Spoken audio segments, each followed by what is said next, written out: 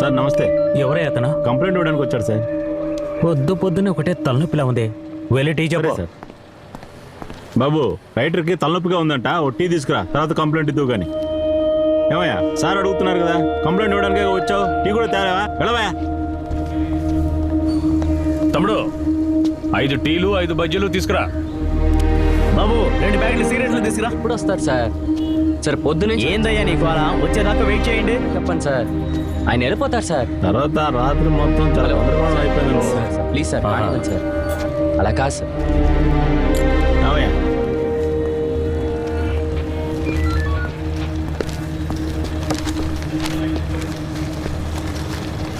నమస్కారం.